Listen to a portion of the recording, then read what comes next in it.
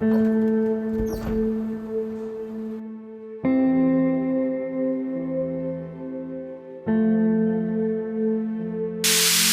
pelaku begal sadis yang kerap melukai korbannya dengan senjata tajam tertangkap basah. Pelaku membawa kabur satu unit sepeda motor milik korban, kemudian pelaku juga menodongkan pistol. Mendalam, Jatan Polrestabes Medan menangkap bos kawanan begal sadis yang menewaskan satu mahasiswa UMSU Medan. Meskipun tembakan peringatan sudah diletuskan, namun pelaku enggan menyerah dan terus menyerang polisi. Di tengah hiruk-pikuk kota Medan, sebuah ancaman tersembunyi mengintai setiap sudut jalan. Meskipun kota ini dikenal dengan keramaian dan kehidupan yang dinamis, ada kenyataan yang harus dihadapi oleh warganya setiap hari. Aksi begal. Nama saya Gita Muhammad, biasa dipanggil Agita. Saya dari Universitas Muhammadiyah Sumatera Utara. Assalamualaikum warahmatullahi wabarakatuh. Nama saya Sehna Sahin Siddiqi.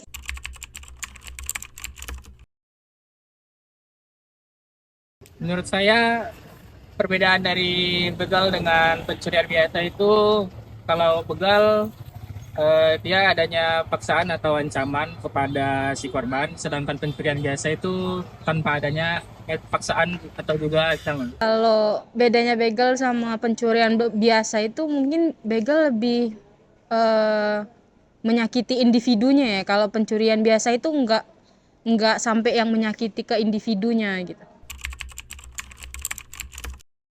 Kebetulan kejadian itu dekat rumah saya. Ada salah satu korbannya itu pulang pada pukul sekitar 4 subuhan gitu. Dan dia diserang oleh pembegal pada saat mau pulang dari kerjaan. Kalau boleh tahu, daerah Begal Rumah Abang daerah mana ya Bang? Rumah saya di Bandar Setia. Kalau menyaksikan langsung, alhamdulillahnya nggak pernah. Tapi kalau dengar cerita itu sering, banyak bahkan. Salah satunya yang baru-baru kejadian itu di Jalan Cemara, itu ada kedapatan begalnya gitu. Nah, itu langsung dihakimi oleh massa gitu di situ, yang kayak langsung dikeroyok, dipukulin dan segala macam.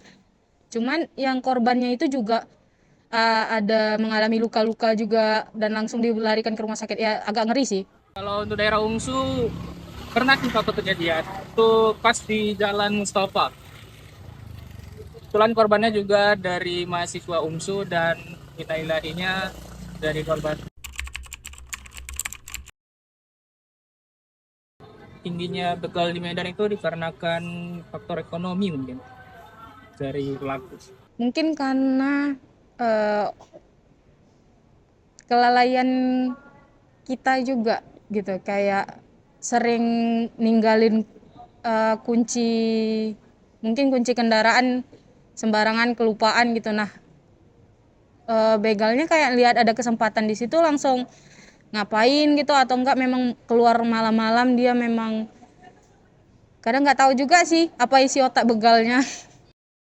Nama saya Sunita, tinggal di Jalan Bukit Barisan 1, Gang Bunga.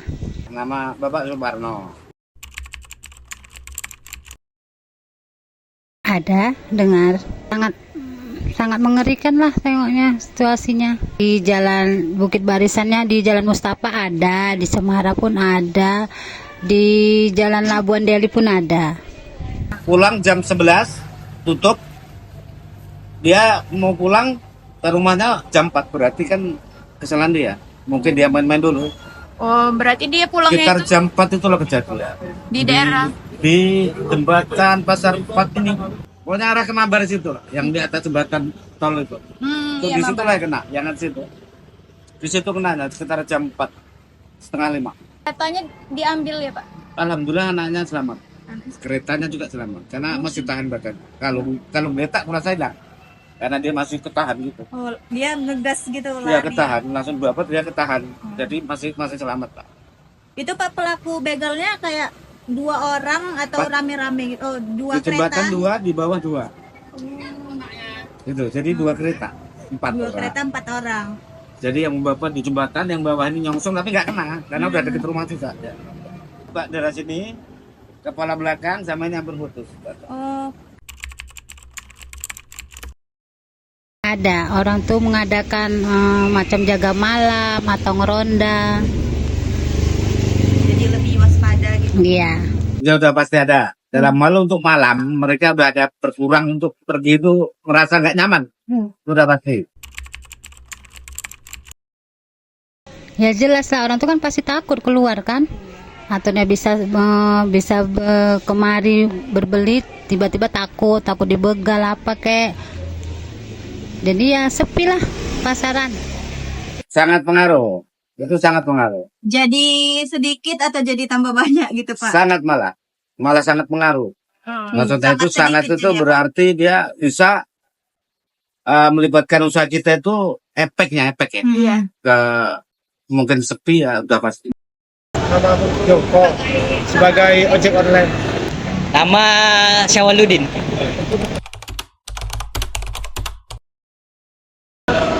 Kalau rawan di daerah Cemara dan Bak Dendang, perhubungan. Biasanya kalau penumpang nggak cemas, kita yang cemas. Karena kalau kita ngantar di suatu daerah itu kan mereka pasti tahu tempatnya mereka. Karena kita yang kadang nggak tahu tempatnya itu gimana. Kalau dukungan sih paling ya dari teman-teman juga sih, kita kan selalu share kalau pun malam itu kita selalu ada pemberitahuan juga sama grup. Perkenalkan, nama saya Robinson Daulay, pangkat Aibtu. Jabatan saya sebagai perwira unit reserse kriminal di bagian administrasinya. Yang biasanya sudah kita alami, faktor utama penyebab rawannya aksi begal itu, faktor-faktornya antara lain kurangnya atau tidak adanya penerangan jalan di lokasi yang kita anggap rawan itu. Kemudian yang kedua, jalan tersebut pada jam-jam tertentu telah sunyi atau jarang dilalui orang, ya kan, maksudnya ya satu-satu lah orang yang dilalui walaupun dia jalan besar, ya kan. Kemudian yang ketiga, faktor-faktornya itu biasanya lokasinya bukan tempat pemukiman warga, pemukiman yang ramai penduduk gitulah. Itulah faktor-faktornya, makanya si pelaku begal itu beraksi. Mereka melihat lokasinya juga. Nah, mungkin mereka bermain di tempat yang ramai kan, mereka pun tahu juga risikonya.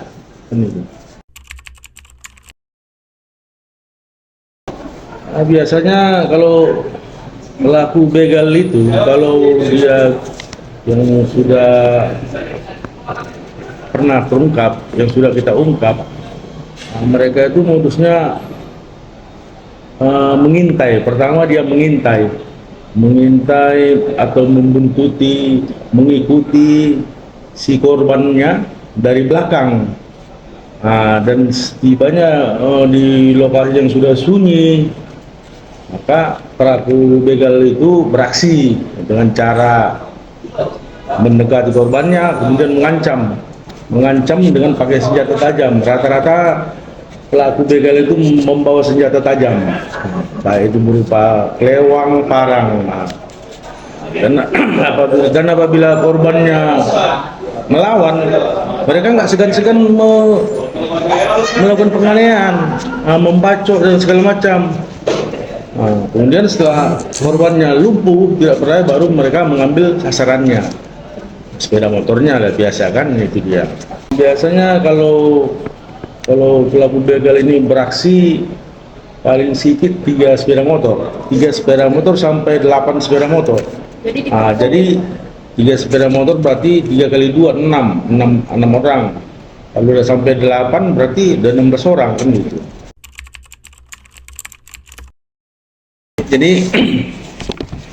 Jadi kalau di kita di kepolisian yang menangani kasus begal ini atau kasus pencurian dengan kekerasan ini, kita menerapkan pasalnya kalau itu pasal 365, ya kan, 365 ayat 1. dengan ancaman hukuman 9 tahun. Kemudian itu ancaman hukumnya yang tertera di KUHP. Kemudian setelah berkasnya bergulir sampai ke kejaksaan, kemudian sampai ke pengadilan, sampai di sidang pengadilan, selanjutnya masalah hukumannya tadi yang ancaman hukumannya 9 tahun atau lebih tadi itu, dan kalau dia korbannya mengalami luka berat 12 tahun ancamannya, kalau mengalami meninggal 15 tahun ke atas. Nah, itu. Jadi kalau masalah penerapan hukumnya, kalau menurut dari kami kepolisian, ya lebih maksimal, lebih bagus menurut kami. Jadi kan kenyataannya ya di hukum kita ini kadang-kadang mereka ancaman 9 tahun bisa kena 4 tahun, bisa 5 tahun, yaitu menurut pertimbangan hakimnya. Nah, begitulah selama ini. Jadi kan kalau masalah ancaman hukumannya supaya maksimal, ya kan, supaya berat, istilahnya supaya ada efek jerahnya, ya kalau menurut kami ya maksimalkan saja. Kalau ada kasus begitu, ya kan, sudah melukai korbannya, ya kan, itu. Jadi kalau masalah tantangannya yang kita alami selama ini di Polsek kita ini, Polsek Medan Timur ini, Polsek Medan Timur ini membawahi 2 kecamatan, yaitu Kecamatan Medan Timur dan Kecamatan Medan Perjuangan. 2 kecamatan ini tadi terdiri dari 20 kelurahan. 20 kelurahan lah. Sementara personil kita di Polsek Medan Timur ini, personil kita berjumlah 68 personil. Udah semua sama komandannya itu, sama kapolseknya. Jadi sebenarnya tantangan ke depan kita dalam menekan angka begal ini, yaitu tadi tantangan kita itu kurangnya personil untuk mengapai 2 kecamatan ini tadi. Kemudian kurangnya anggaran itu contohnya anggaran yang rutin saja, untuk minyak patroli saja, minyak patroli mobil roda 4 itu kita dapat jatah 10 liter 24 jam. Dalam 24 jam itu, satu hari itu yang bertugas 2 shift, shift siang, shift malam. Itu yang 10 liter itu mereka digunakan. Nah, sekarang ya kita lihat dulu, apakah cukup itu? Tidak kan? Jadi itulah tantangan kita. Bagaimana untuk menutupi itu kan nggak mungkin berhenti, ya kan, harus minyak patroli itu bersih kan nggak mungkin kan. Kemudian tantangannya terhadap penekanan angka kejahatan begal ini, biasanya ada perlawanan dari pelaku kejahatan itu. Pasti mereka menghadapi perlawanan, dilakukan penangkapan. Gitu ya, tentu ya berisiko juga kepada si petugas tadi. Nah, makanya harus hati-hati juga gitu. Nah, mereka rata-rata pasti membawa senjata tajam. Itu tadi ya tantangan kinerja kita. Begal adalah suatu tindakan kejahatan yang dilakukan oleh sekelompok orang secara bersama-sama untuk merampas barang milik orang lain secara paksa, yang biasanya tindakan ini dilakukan dengan ancaman kekerasan atau kekerasan fisik. Peristiwa begal umumnya terjadi di malam hari, tepatnya di jalan raya yang sunyi dan minim lampu penerangan. Korban dari tindakan begal biasanya mengalami luka-luka atau bahkan tewas di tempat, karena para pelaku begal tidak segan-segan untuk menghabisi korbannya demi merampas barang milik si korban. Regulasi hukum mengenai aksi begal diatur di dalam Kitab Undang-Undang Hukum Pidana, tepatnya pada pasal 365 KUHP yang mengatur mengenai pencurian dengan kekerasan yang dapat diancam dengan pidana penjara yang cukup berat. Jika pembegalan diawali dengan ancaman kekerasan dan diikuti dengan ancaman kekerasan, maka tindakan tersebut dapat diancam dengan pidana penjara 9 tahun lamanya. Dan jika aksi begal mengakibatkan luka-luka berat terhadap korbannya, maka dapat diancam dengan pidana penjara 12 tahun penjara. Dan jika mengakibatkan kematian, maka aksi tersebut dapat diancam dengan pidana penjara seumur hidup atau selambat-lambatnya 20 tahun. Regulasi hukum mengenai tindakan begal tersebut tentunya untuk memberikan sanksi yang tegas terhadap pelaku begal dan tentunya juga untuk melindungi masyarakat dari kejahatan aksi begal. Peningkatan aksi begal di Kota Medan dapat disebabkan oleh beberapa faktor. Yang pertama yaitu faktor ekonomi. Keterbatasan ekonomi seperti tingginya tingkat kemiskinan dan sulitnya mencari lapangan pekerjaan menjadi salah satu penyebab utama meningkatnya aksi begal di Kota Medan. Selain itu, gaya hidup hedonisme juga memicu aksi begal di Kota Medan. Yang kedua yaitu terkait dengan kesenjangan sosial. Jadi ketimpangan sosial antara masyarakat yang hidup sejahtera dengan masyarakat yang kurang mampu memicu terjadinya kecemburuan sosial. Kecemburuan sosial inilah yang menimbulkan suatu dorongan kriminalitas yang dilakukan oleh masyarakat yang kurang mampu ataupun masyarakat yang tersisih. Lalu yang ketiga yaitu terkait dengan keluarga. Nah, pelaku aksi begal seringkali dilatar belakangi oleh kurangnya keluarga memberikan perhatian dan juga kasih sayang kepada si pelaku. Lalu yang keempat terkait dengan lingkungan sosial. Nah, lingkungan sosial ini memiliki pengaruh yang sangat signifikan dalam perilaku seseorang, di mana kita harus pandai memilah-milah pertemanan agar tidak terikut-ikut oleh arus kejahatan. Yang kelima terkait dengan pendidikan dan kesadaran akan hukum. Rendahnya tingkat pendidikan menimbulkan minimnya kesadaran akan hukum, di mana masyarakat menjadi sepele terkait dengan sanksi hukuman dan lebih memilih keuntungan untuk melakukan aksi begal. Lalu yang keenam terkait dengan mengkonsumsi alkohol dan obat-obatan terlarang. Dengan mengkonsumsi alkohol dan obat-obatan terlarang, maka akan mengubah perilaku seseorang sehingga seseorang melakukan tindak kriminal, salah satunya adalah aksi kejahatan berupa aksi begal ini.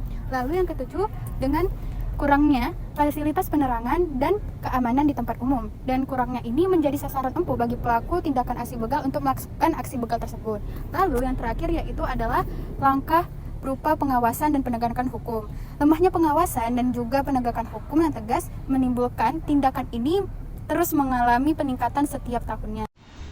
Terdapat peningkatan kasus begal di Medan. Selama awal tahun 2023, jumlah kasus pencurian dengan kekerasan atau begal di Kota Medan hampir mencapai 400 kasus, dengan rincian 399 kasus yang dilaporkan. Dari jumlah tersebut, terdapat 93 kasus yang berhasil diungkapkan, sedangkan 306 kasus lainnya masih dalam proses penyelidikan. Angka ini menunjukkan bahwa meskipun ada upaya dari pihak kepolisian dalam menangani kasus tersebut, tingkat penyelesaian kasus masih relatif rendah. Selain itu, modus operandi dari pelaku yang berani melakukan aksi dari begal tersebut yaitu mulai dari pukul 9 pagi sampai dengan 9 malam. Ia menunjukkan bahwa situasi keamanan di wilayah tersebut perlu diperhatikan lebih serius. Jika dibandingkan dengan data sebelumnya, kasus pencurian dengan kekerasan di Polrestabes Medan menunjukkan tren yang mengkhawatirkan, dengan 128 kasus curas dan 562 kasus curat yang tercatat selama periode bulan Januari hingga bulan Juni 2023. Ini menjadikannya salah satu wilayah dengan angka kejahatan tertinggi di Sumatera Utara. Dampak sosial dari aksi pembegalan ini ada beberapa ketakutan, terutama mahasiswa. Mahasiswa itu memiliki ketakutan ketika mereka pulang di atas jam 10 malam dan mereka itu membawa motor ngebut-ngebut, dan itu tuh sangat hal yang seharusnya tidak boleh dilakukan karena itu tuh sangat berbahaya membawa motor ngebut-ngebut. Untuk faktor kerugian ekonominya, mereka akan kehilangan perhiasan mereka, motor mereka, dan mereka tuh bakal bisa celaka. Kerugian ekonomi dari aksi begal, terutama para ojol dan pedagang, mereka itu mendapatkan kerugian yang sangat besar, terutama pada pedagang. Pedagang itu tidak mendapatkan pelanggannya dan ojol itu tidak mendapatkan penumpangnya karena dari aksi begal ini. Peran kepolisian dalam mencegah aksi begal mencakup berbagai aspek. Di antaranya yaitu yang pertama, kepolisian secara rutin melakukan patroli di area yang rawan begal. Yang kedua, kepolisian dapat mengadakan program sosialisasi untuk meningkatkan kesadaran masyarakat tentang bahayanya begal dan langkah-langkah pencegahan yang dapat diambil. Edukasi ini dapat berupa seminar, penyuluhan, kampanye di media sosial, dan lain-lain. Yang ketiga, kepolisian bekerja sama dengan pemerintah daerah dan pihak swasta untuk memasang CCTV di area-area strategis ataupun area yang rawan begal. Yang keempat, Polri Polri telah memperkenalkan beberapa saluran pelaporan seperti aplikasi Polisi Kita dan layanan hotline 110 yang memudahkan pelaporan masyarakat ketika melihat tindakan kejahatan ataupun yang mencurigakan. Yang kelima, dalam situasi tertentu, kepolisian dapat melaksanakan operasi gabungan dengan TNI atau pihak-pihak lainnya untuk mengadakan razia di jalanan. Yang keenam, kepolisian menindak pelaku begal secara tegas dan memprosesnya sesuai hukum yang berlaku. Selain peran kepolisian, dalam pencegahan aksi begal juga memerlukan kerjasama dari masyarakat. Berikut beberapa langkah yang dapat diambil oleh masyarakat. Yang pertama, hindarilah jalan sepi saat malam. Yang kedua, hindarilah bepergian seorang diri ketika malam hari. Yang ketiga, selalu gunakan aplikasi pelacak seperti GPS atau fitur Sherlock agar teman terdekat kita atau keluarga terdekat selalu memantau keberadaan kita. Yang keempat, bentuklah kelompok keamanan Siskamling untuk memantau aktivitas mencurigakan. Yang kelima, kita dapat mengikuti workshop tentang cara menghadapi situasi berbahaya dan mengenali tanda-tanda yang mencurigakan. Menurut wawancara kami dengan pihak kepolisian, adapun tantangannya yang dihadapi oleh pihak kepolisian dalam menangani kasus begal ini, yaitu kurangnya sumber daya seperti personel patroli, alat-alat atau kendaraan yang dapat membuat investigasi lebih efisien. Lalu, pihak kepolisian juga mempertimbangkan perlunya peningkatan personil patroli ini untuk menangani kasus begal di wilayah rawan begal lebih cepat. Lalu, pihak kepolisian juga mempertimbangkan perlunya penerangan yang lebih banyak di wilayah-wilayah yang rawan begal dan perlunya instalasi CCTV di wilayah rawan